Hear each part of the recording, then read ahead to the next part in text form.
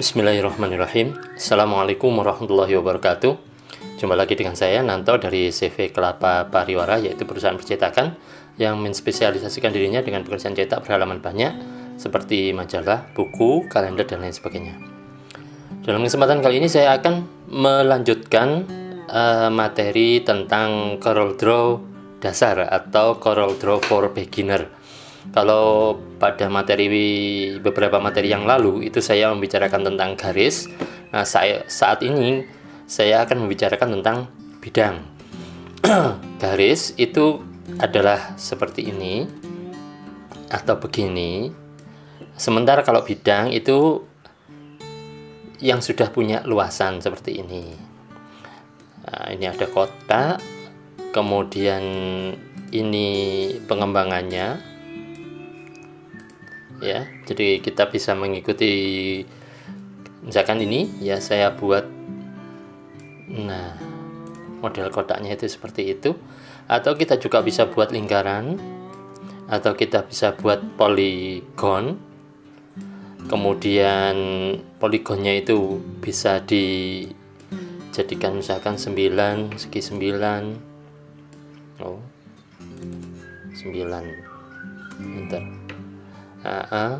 Terus kemudian juga kita bisa yang lainnya ya, dan seterusnya.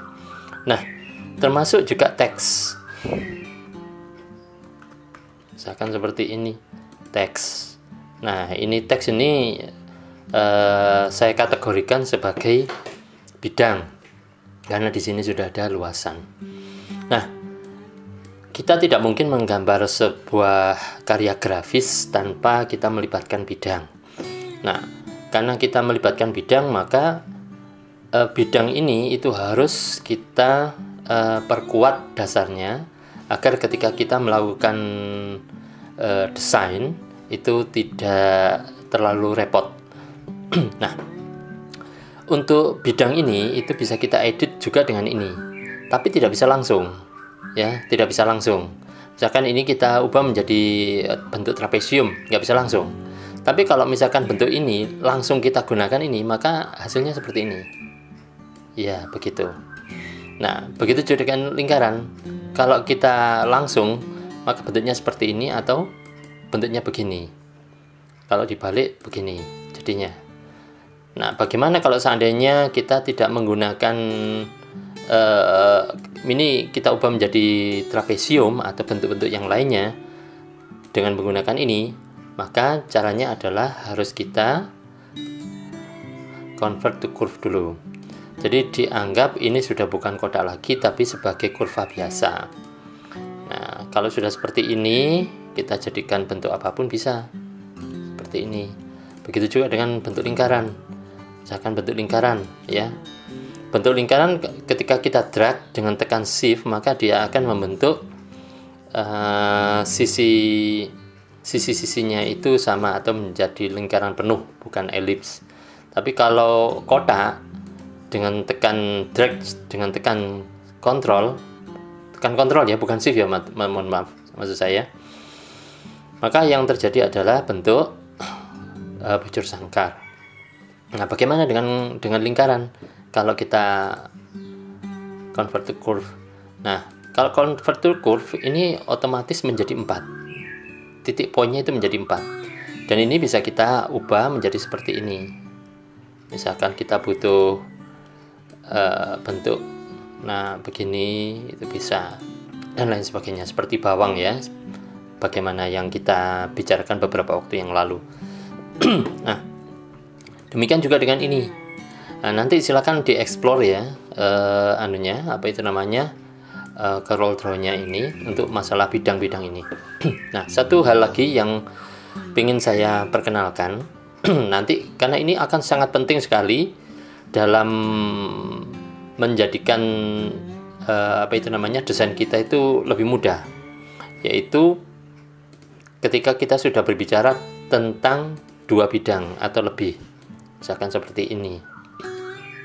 Maka kalau ketika ini kita dekatkan bidang satu, kita klik, tekan shift, kemudian klik bidang kedua, maka ini bisa muncul ya bukan hanya itu, walaupun ini juga bisa muncul ya, tapi ketika kita mengeklik bidang pertama, kita anggap sebagai bidang pertama dan bidang kedua, maka kita bisa mengontrolnya, lebih mengontrolnya. Contohnya seperti ini bidang pertama, ini bidang kedua.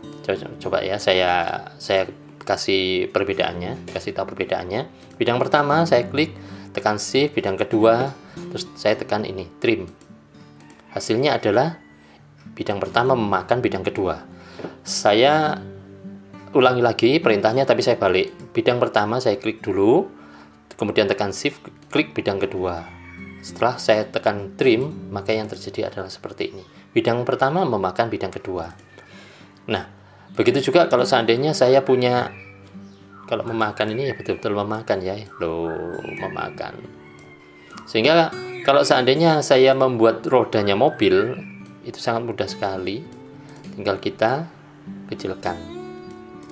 Ya, saya ulangi lagi. Nah, tinggal dikecilkan seperti ini. Tekan shift ya, tekan shift sambil di drag. Begitu juga dengan, jadi ini bisa kita ulangi lagi. Ctrl Z ya. Tekan Ctrl sambil di drag ke kanan, misalkan klik kanan bidang pertama, tekan shift bidang kedua. Ya, seperti itu. Nah, apa hubungannya, apa bedanya dengan weld? Tadi kan muncul ya, weld, perintah weld. Nah, kalau weld itu digabung. Kita lihat saja bidang pertama, bidang kedua. Tapi kalau weld ini nggak pengaruh ya, bidang pertama, bidang kedua ini. Nah, seperti ini. Saya ulangi lagi. Kalau ketika ini saya gandakan ke sini, klik kanan, bidang pertama, bidang kedua. Saya weld. Kemudian bidang pertama, bidang kedua, saya trim. Jadinya adalah tabung seperti ini. Nah, saudara-saudara sekalian, ketika kita sudah membicarakan tentang bidang, ya, maka secara tidak langsung kita sudah membicarakan tentang warna. Nah, warna ini akan kita bahas di sesi berikutnya ya. Kita membicarakan bidang dulu. Untuk sementara warna yang kita gunakan adalah warna yang ada di sini. Caranya mewarnai ada beberapa cara. Yang pertama kita klik, kemudian kita klik ini ya, klik langsung ya, pakai klik ke kiri biasa. Yang kedua yaitu dengan cara di drag. Jadi misalkan kita tidak ada yang dipilih sama sekali, di drag, langsung dimasukkan gitu. Nah, hampir sama. Cuman kalau yang ini harus dipilih dulu. Kalau pakai metode klik tadi harus dipilih. Nah, apakah klik kanan di warna itu ada efeknya? Ada. Saya klik ya, saya pilih tiga benda ini, kemudian kita klik ini. Misalkan kita klik ini, kita klik kanan ya. Maka yang terjadi adalah garis tepinya. Jadi klik kanan ini adalah mewarnai garis tepi. Tapi ingat, ketika kita mewarnai garis tepi, maka harus mewarnai entah itu isiannya atau garis tepinya. Maka yang kita harus tahu, yang kita harus pahami adalah harus ada yang dipilih. Tapi kalau menggunakan drag tadi, itu nggak harus ada yang dipilih. Contohnya seperti ini. Misalkan ini ya. Nah, ini langsung saya drag ke sini. Langsung. Begitu juga dengan dengan garisnya. Misalkan ini saya drag, nggak kena. Saya drag, saya taruh di garisnya. Nah, ini garisnya jadi warna orange seperti yang dilakukan tadi. Nah, kalau bentuk-bentuk seperti ini biasanya tanpa garis tepi. Oke, mudah-mudahan bisa dipahami tentang masalah bidang ini, dan saya akan memberikan, seperti biasanya saya akan memberikan sebuah latihan soal yang nanti akan saya bahas di video berikutnya. Sekian dulu. Tentang latihan soalnya itu nanti bisa dilihat di link deskripsi ya. Nanti silakan diklik, silakan berlatih. Nanti kita bahas di video berikutnya. Saya kira itu dulu yang bisa saya sampaikan, mudah-mudahan ada manfaatnya. Wabillahi taufiq wal hidayah. Assalamualaikum warahmatullahi wabarakatuh.